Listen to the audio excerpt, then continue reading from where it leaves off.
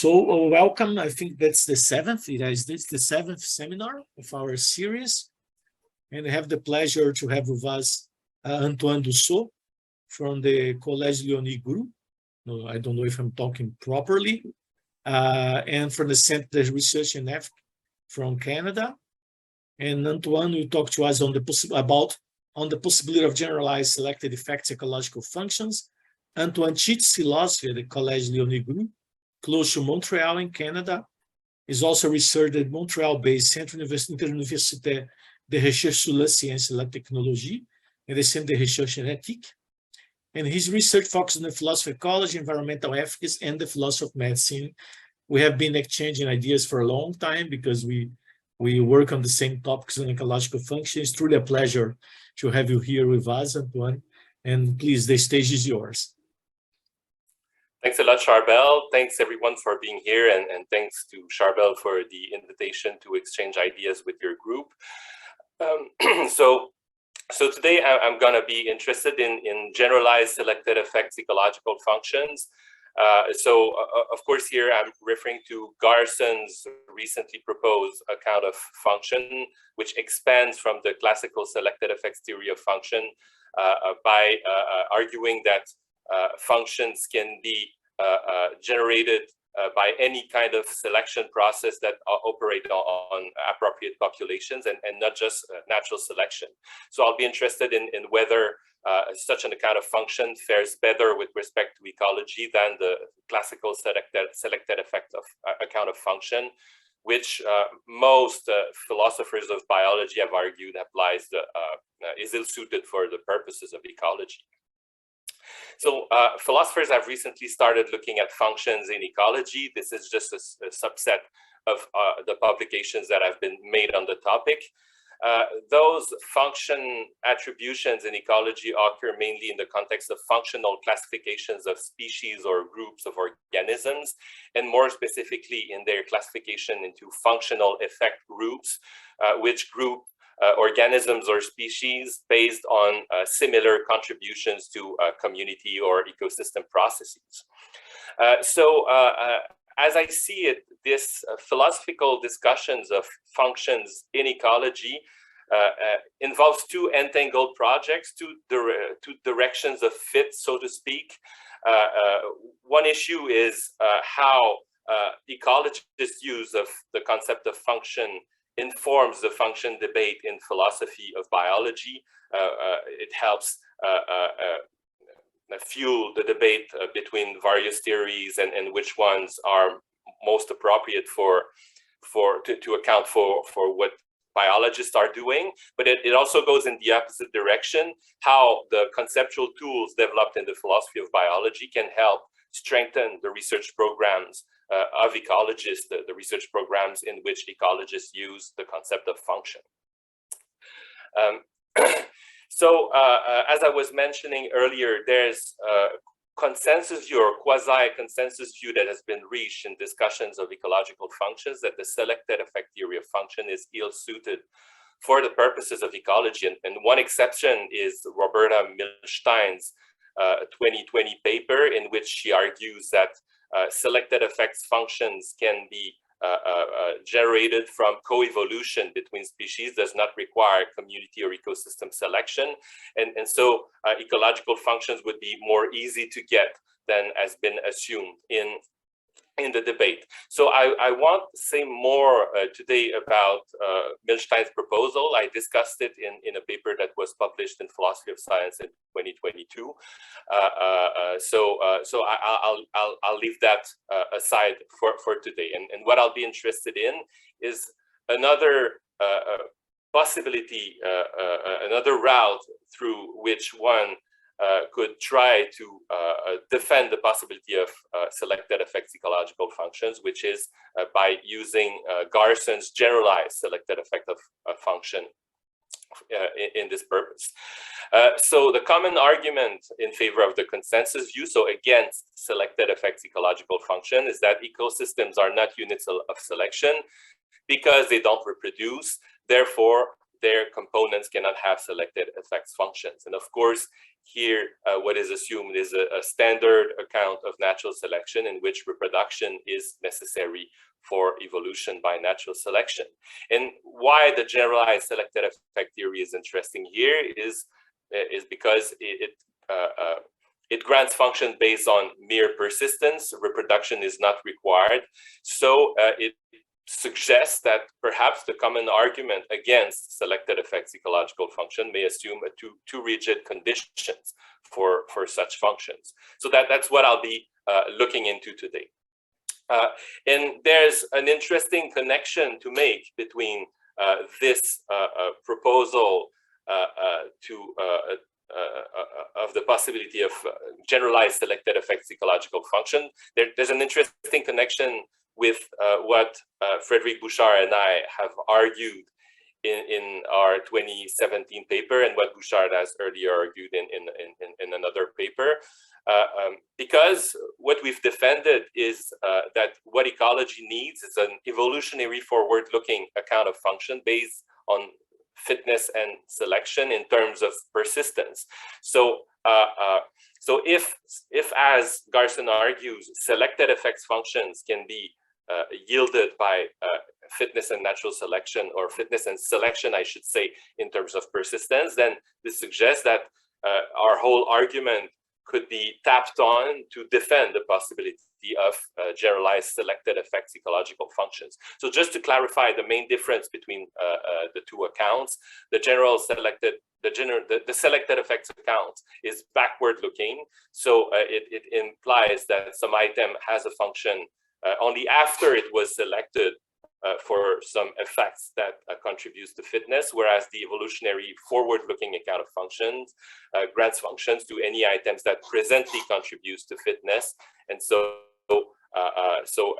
it does not require that the item has already been selected for a fitness contributing effect. So returning to the question, why doesn't differential persistence yield also generalized selected effects ecological functions, and therefore provide a response to the standard argument or the common arguments against the possibility of selected effects ecological functions? And Garson does not present any developed account of generalized selected effect ecological functions, but he makes the suggestions at many places in his publications. For instance, in his 2019 book, he says, Bouchard argues that we should give functions to components of ecosystems by virtue of how they contribute to the differential persistence of ecosystems themselves, though his theory is meant to be ahistorical or forward-looking, as I was saying.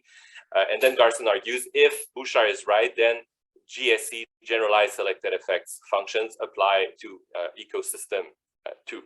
So what I'll be interested in today is, well, I'll answer this. I want to answer this question: why doesn't differential persistence also yield generalized selected effects ecological functions? And I'll argue that the reason mainly has to do with the purpose for which the concept of function is used in ecology. At best, the generalized selected effects would yield an understanding of function that is badly suited for the purpose of ecology. So in a nutshell, my argument would be something like this. In ecology, functions are attributed to organism types in order to highlight their contributions to communities and ecosystem processes. And for this, ecology needs a forward-looking account of function, not a backward-looking account of function. What hinges on this? Well, there's at least one thing that hinges on this. Garson argues that the generalized selected effects theory includes most of the function ascriptions occurring in biology that have been claimed to be incompatible with the classical selected effects theory. So he claims that his theory fares better in this respect than the selected effects theory.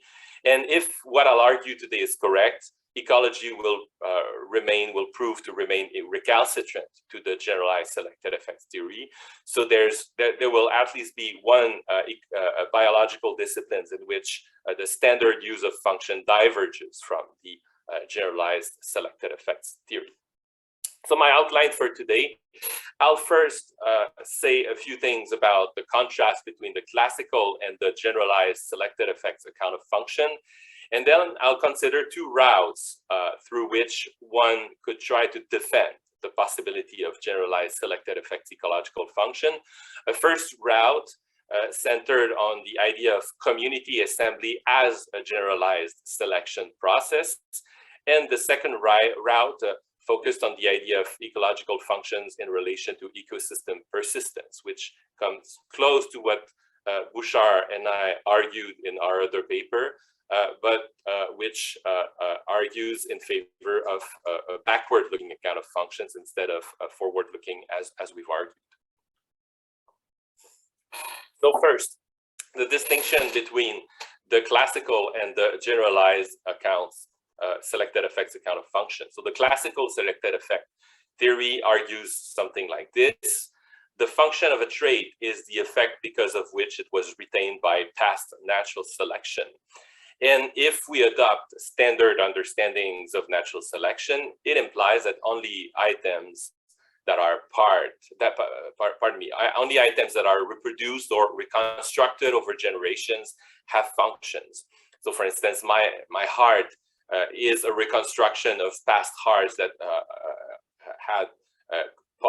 made positive contribution to fitness in past human beings. And this implies that this is why the heart has a function. So from this, we get the argument that ecological functions cannot be selected effects functions. Ecosystems don't reproduce, therefore there's no natural selection operating on ecosystems, and therefore there cannot be selected effects ecological functions ascribed to components of ecosystems. The generalized selected effect theory differs from the classical selected effect theory in at least one respect that will be very interesting for my purpose today. A function, it says, a function of a trait is an activity that led to its differential reproduction or its differential retention in a population. So what's important here is that the generalized selected effect account no longer implies that only items that are reproduced over generations can have functions. Items may acquire functions simply through differential persistence. So the whole argument that because ecosystems don't reproduce, their components cannot have selected effects functions no longer hold if we adopt the generalized selected effect account of functions. Two remarks about the generalized selected effect theory. First, Garson insists on the idea that what he's claiming is not that that all those selection processes that can generate functions are natural selection process. So his idea is his project is not the same, for instance, as Bouchard's project, which is oriented towards the expansion of our notion of natural selection. Garson is fine with saying natural selection is just natural selection as it's been classically understood, requiring reproduction. What his project is to say that we have to expand our notion of the type of selection processes that can grant functions. So natural selection is one process, but there are other selection processes that can also grant functions. So he remains neutral with respect to projects like Frédéric Bouchard's, that we should expand our notion of natural selection. And a second remark is that even if what I just said is true about Garson's project, accounts of natural selection in terms of differential persistence, like what Bouchard and Bourrat have defended, provide an alternative route to a same idea. So one could either expand the type of selection that applies to ecosystems beyond, that grants functions beyond natural selection, or expand the notion of natural selection itself. It doesn't make much a difference, at least for the kind of question I'm raising today. And there's an interesting paper by Thierry Bourrat where this connection is made between Garson's project and projects to expand our notion of natural selection. One important precision about the generalized selected effects theory is that Garson insists a lot on the importance that the differential selection process occurs in a population. So by this, he aims in part to avoid the kind of excessive liberality in function descriptions that may arise from his idea that many types of selection processes can grant functions. So in front of putative counterexamples, like one that has been raised to him by Karen Leander, the example of rocks differentially eroding on a beach. Garson introduced further specifications of the kind of circumscribing the kind of selection process that he thinks, he argues, can grant functions. So the issue about rocks on the beach is that, well, we can easily imagine that on a beach there are rocks that erode faster than others, simply because their constitution made them more or less resistant to the effect of waves. And so one could argue that this is a selection process because the waves will erode more certain types of rocks than other types of rocks. So one could say that the types that erode less quickly are selected for in some sense because they're differentially persisting, and since persistence is sufficient for the ascription of function on the generalized selected effect theory, then it would seem at first glance that the selected effects account grants functions even to rocks, which sounds counterintuitive, and so Garson wants to exclude this example.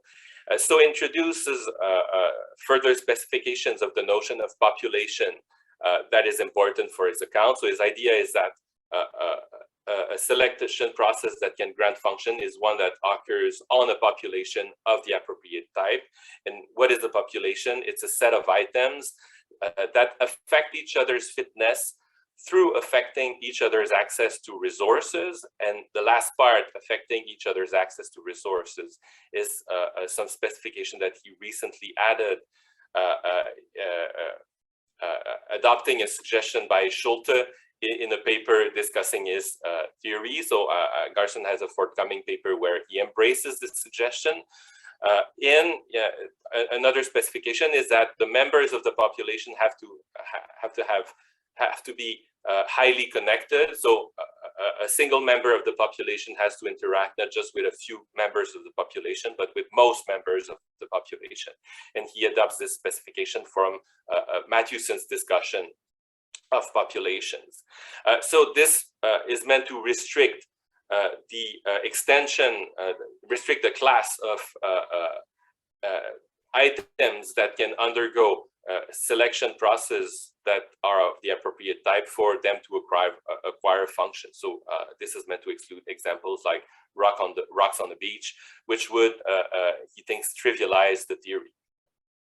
So these specifications, I insist on them because they will be important for some argument I will make later in my presentation.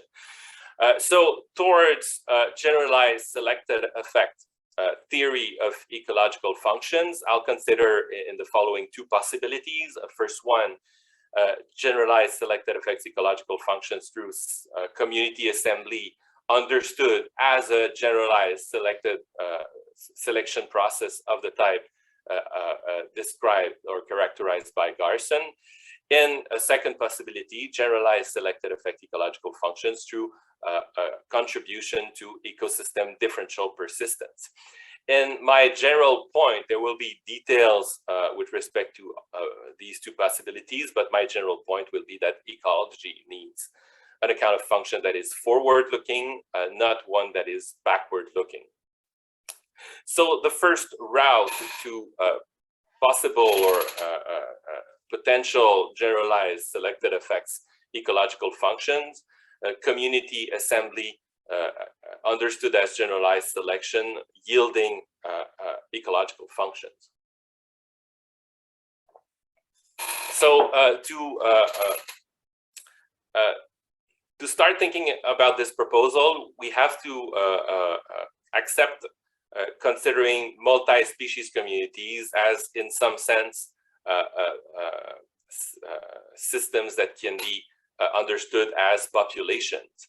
And this is rather common in ecology, or at least this has perhaps more implicitly in the work of many ecologists, but Mark Felland, in his book, The Theory of Ecological Communities, made that explicit while developing what he proposes as a unificatory approach in community ecology. He says, in essence, I view a horizontal ecological community as a population in which organisms belong to multiple species instead of a single species. Selection among individuals of different species in the community is then conceptually identical with selection among individuals of different asexual genotypes in a single population.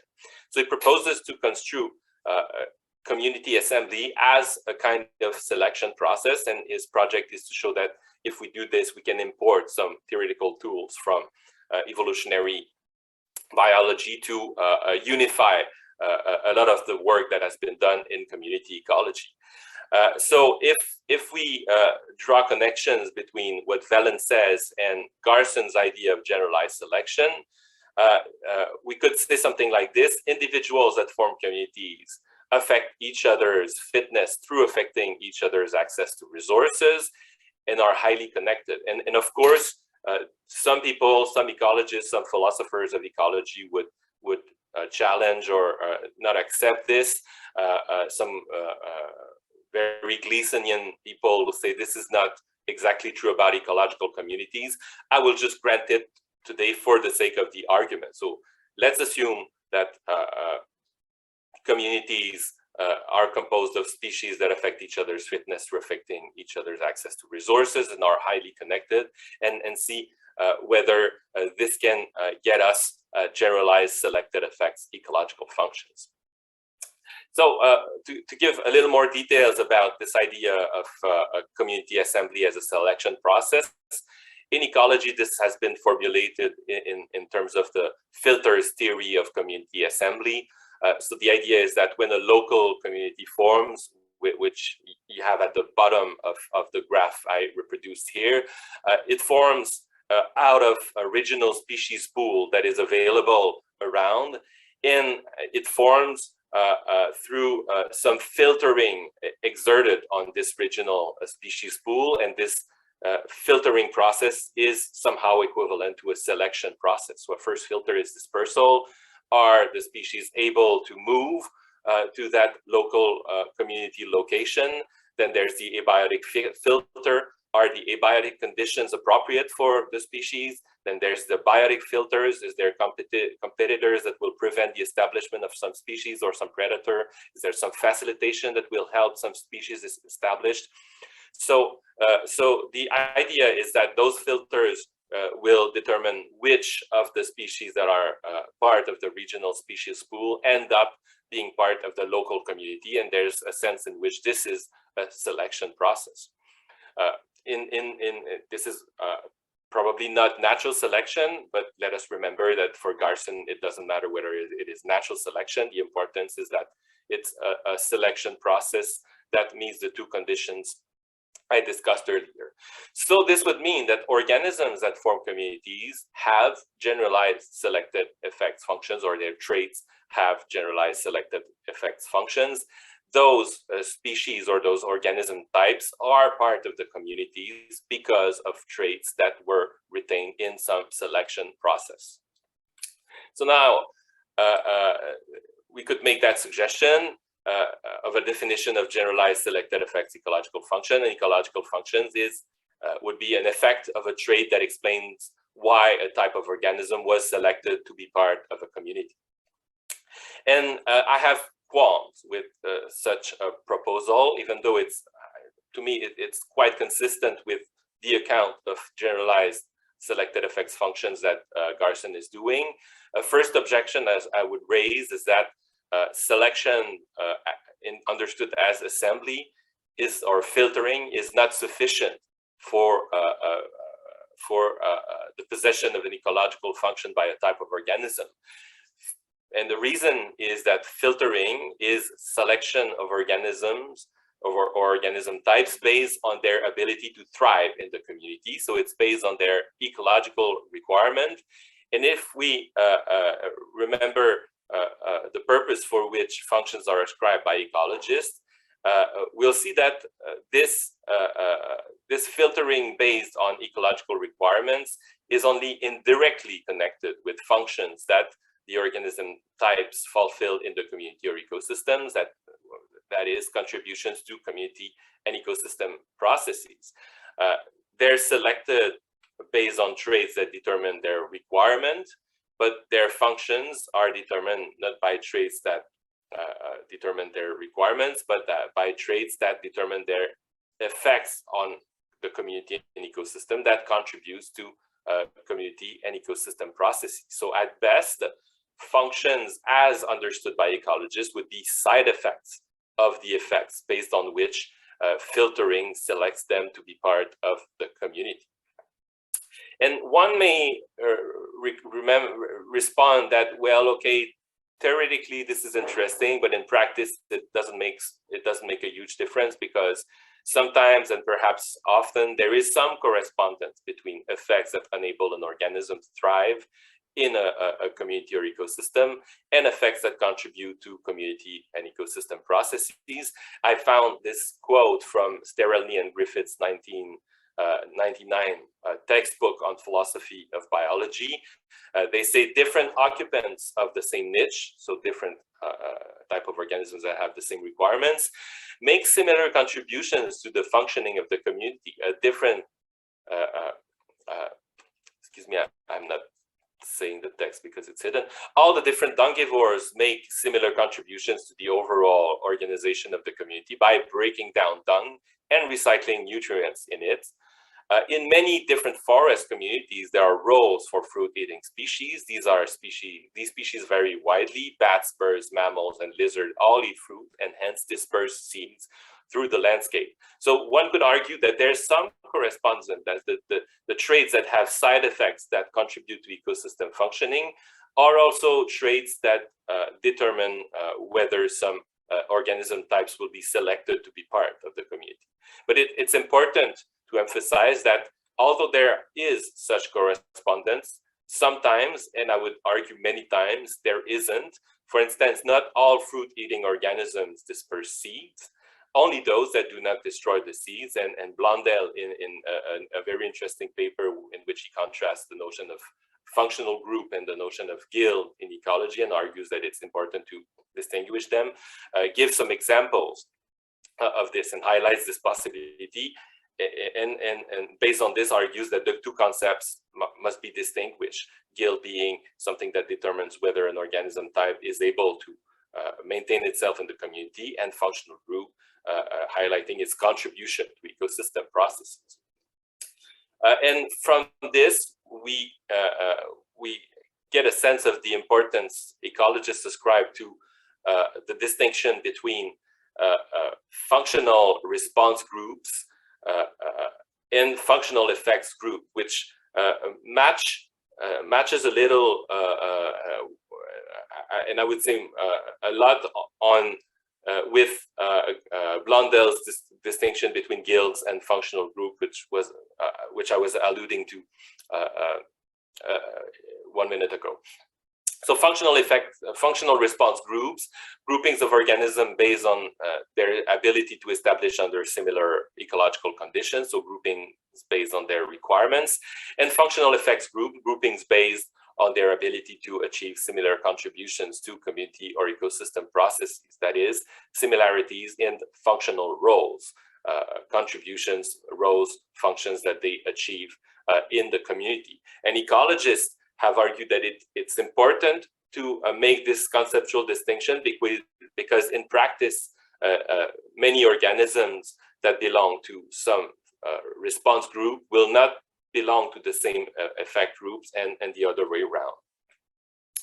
So at best, if one wants to defend the possibility of generalized selected effects functions based on community assembly, one would need to add the restriction in red. An ecological function is an effect of response trait that explains why it was selected to be part of the community, and that incidentally, as a side effect, contributes to community and or ecosystem processes. And the restriction is necessary because in some cases, and perhaps, and I would argue many cases, the second part will not apply even when the first part of the definition applies. But even with this restriction, we will not get a satisfactory account of generalized selected effects account of ecological function based on ecological assembly. And the reason is that similarity in response is not even necessary for organisms to belong to the same functional groups and to fulfill the same function. Some ecological functions are side effects of traits other than those that explain the organism type's presence in the community. For instance, some non-fruit eating birds, some birds that are not there in the community because they eat fruits, disperse seeds through catching the seeds in their plumage. So here, there's no advantage to the organism. It's not something that explains its presence in the community, but it's still something that fulfills a role in the community. So a trait that does not explain an organism's presence in a community may bear an ecological function. So a conclusion on generalized selected effects functions based on community assembly conceived as generalized selection. Such ecological functions would not better align or not significantly better align with the purposes for which ecologists use the concept of function than selected classical selected effects functions. Selection for an effect E, eating fruits in assembly process, is neither sufficient for this effect to bear an ecological function, neither sufficient nor necessary for that effect to bear an ecological function, for instance, dispersing seeds. So now I turn to a second route through which one could articulate the idea of generalized selected effects ecological functions, a route centered on the idea of contribution, selection for contribution to ecosystem persistence. So there's a missing ingredient in generalized selected effects ecological function based in assembly, which some discussants of the concept of function call the service dimension. So this expression service dimension, we find it is in Carolyn Price's work. Godfrey Smith defends the same idea in his 1993 paper, even though he doesn't use this expression. And I discuss it in a forthcoming chapter where I discuss Garson's generalized selected effects theory and the issue I was referring to earlier of whether and how it could avoid ascribing functions to rocks based on their differential erosion. So the service dimension of function, what's the idea with that dimension?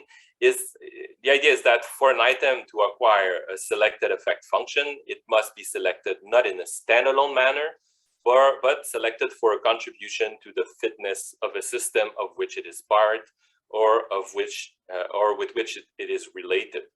So this idea is embraced by Price and Godfrey Smith, who defend a selected effect account of function, but they say selection in a standalone manner is not sufficient. The item has to be selected for a contribution to a more encompassing system. It has to serve in some way a more encompassing system and be selected for this. So for instance, it's not just that the heart is selected for an effect that promotes the recurrence of hearts. The heart is selected for the promotion of the recurrence of heart through a contribution to the fitness of the system in which the heart fulfills a role. So it's a kind of causal role ingredient integrated, incorporated to the selected effects theory. And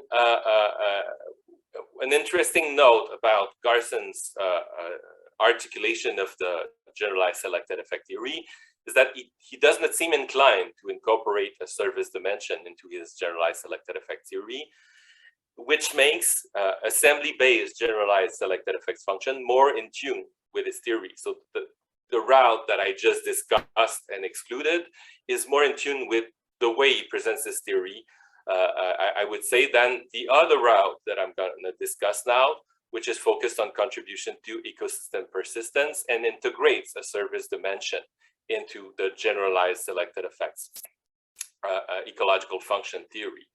And it's interesting because when considering ecology, Garson refers to Bouchard's account of ecosystem persistence, which suggests that his intuition is to incorporate a service dimension when applying his theory to ecology. But I'll have to leave that open because there seems to be some ambivalence on the part of Garson with respect to this aspect.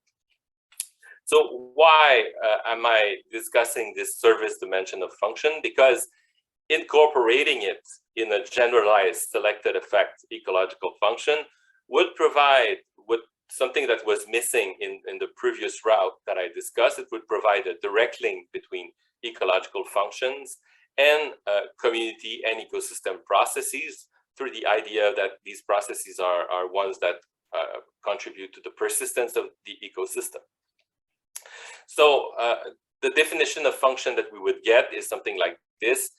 An ecological function is an effect of a trait that explains an ecological item's presence in a community or ecosystem via its contribution to the differential persistence of the community or ecosystem.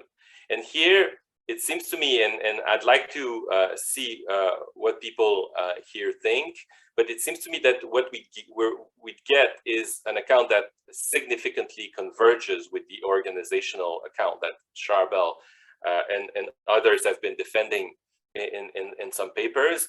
If we make the equivalence between the idea of ecosystem persistence and the idea of self-maintenance as discussed by proponents of the ecological account. So that we get a convergence with the organizational account, but as I will argue later, it will make that version of the generalized selected effect account of function fall prey to similar objections than those that Bouchard and I have raised for the organizational theory. So a key difference between the generalized selected effect account centered on the idea of ecosystem persistence and the persistence enhancing propensity account that Bouchard and I have defended. The key difference is that the GSE account, for the GSE account, an item starts having a function only after its persistence enhancing trait has contributed to ecosystem persistence for some time. It's in this respect a backward-looking account, whereas the PEP account, for the PEP account, an item starts having a function as soon as its persistence enhancing trait starts enhancing persistence. So it's forward-looking in this respect. It does not consider what the item has done in the past. It considers what it's doing now and what effects it will have on the future of the ecosystem. A first reason why I think the PEP account is better than the GSE account, even though both are quite similar in that they focus on ecosystem persistence, has to do with the importance of differential persistence in a population, which is, as I mentioned, something that Garson ascribes a very strong importance to. And this importance makes the GC account more difficult to articulate than the PEP account in the context of ecology, because let us recall the conditions for the existence of populations that Garson adopts.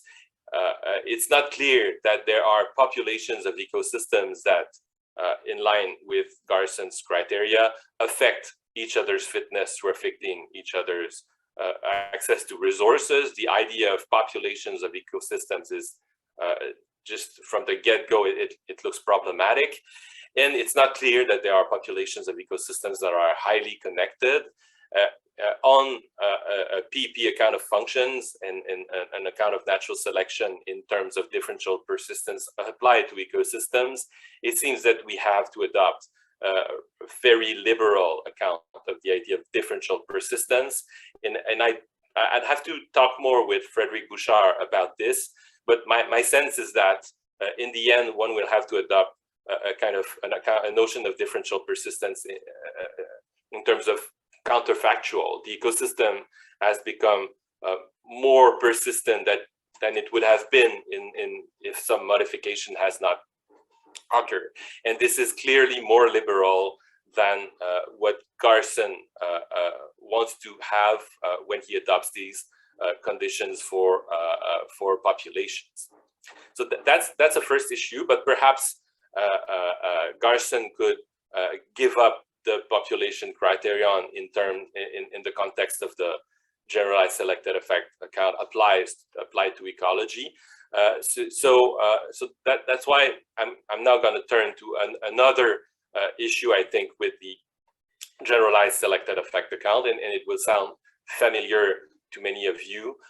Ecologists use of the concept of function is forward-looking. They use the concept of function to explain contributions of ecological items to community and ecosystem processes. So for that, what matters is what the items are doing now, not what they've done in the past, which explains why they're present in the ecosystem. They also use the concept of function to predict the effects of environmental changes on ecosystem functioning. So the concept they need is a forward-looking one. These purposes are best served if functions are defined in a forward-looking manner, with a focus on what a species can contribute now to the ecosystem, irrespective of whether it is there because of this contribution. This makes a difference in special cases like these, for instance, for items whose traits contribute in a novel way to ecosystem persistence after an environmental change. So the item has never contributed to the fitness of the ecosystem, or some trait of the item has never contributed to the fitness of the ecosystem. But now the ecosystem has changed, and that trait makes a huge difference to the persistence of the ecosystem. On the persistence enhancing propensity account, it has a function as soon as it does that, whereas on the GSC account of function, it would have a function only after having contributed to the fitness of this ecosystem for long enough. And the other type of case is items that contribute to ecosystem persistence but are not present in the ecosystem. Because of this, many abiotic items, of course, not all of them, for instance, forest fires in many cases are under biotic control, as Charbel has argued in a recent paper. But in other cases, abiotic items and many ecological disturbances are not under biotic control and still can be involved, can be important factors in the maintenance of the ecosystem. Sink populations, they participate in the ecosystem, but they're not able to locally maintain themselves. They're maintained through replenishment from a source population.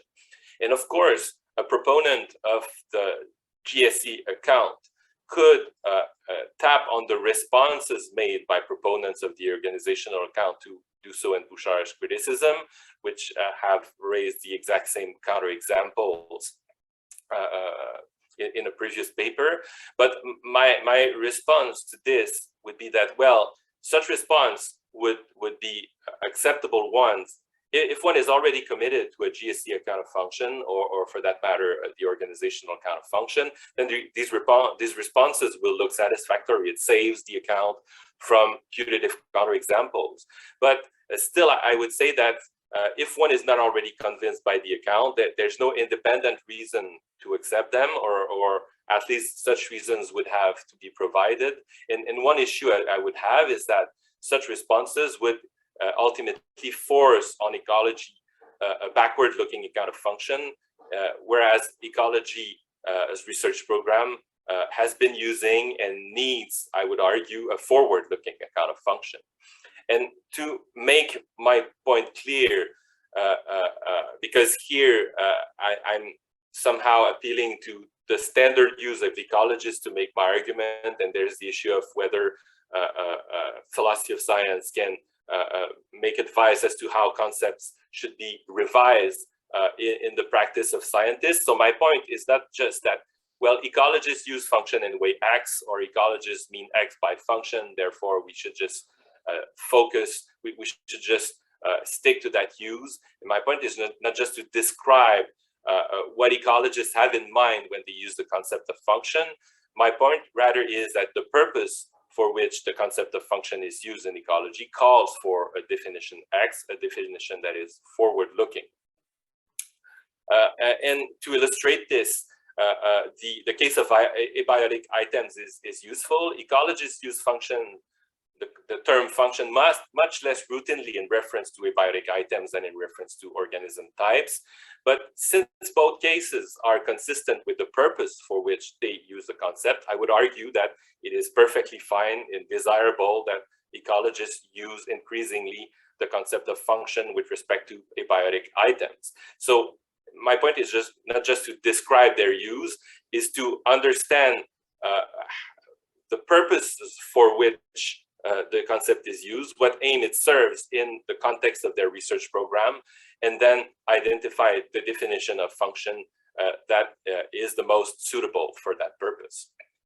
So in conclusion about the second route to generalize selected effects functions I considered, even when selection is explicitly defined as selection for contribution to ecosystem persistence, that is, even when we incorporate a service dimension into the GSE account applied in ecology, the GSE account is still not well suited for the purposes of ecology. And the main reason is that it is backward looking, whereas ecology needs a forward looking account of function. So very quickly, as a general conclusion of my talk, because the GSE theory of function retains the backward-looking character of the classical selected effect theory, it remains ill-suited to meet the theoretical needs of ecology. This is so even if selection processes, for instance, community assembly, differential persistence of ecosystems, occur in community and ecosystems and explain the presence of some organism types within them. Thank you very much.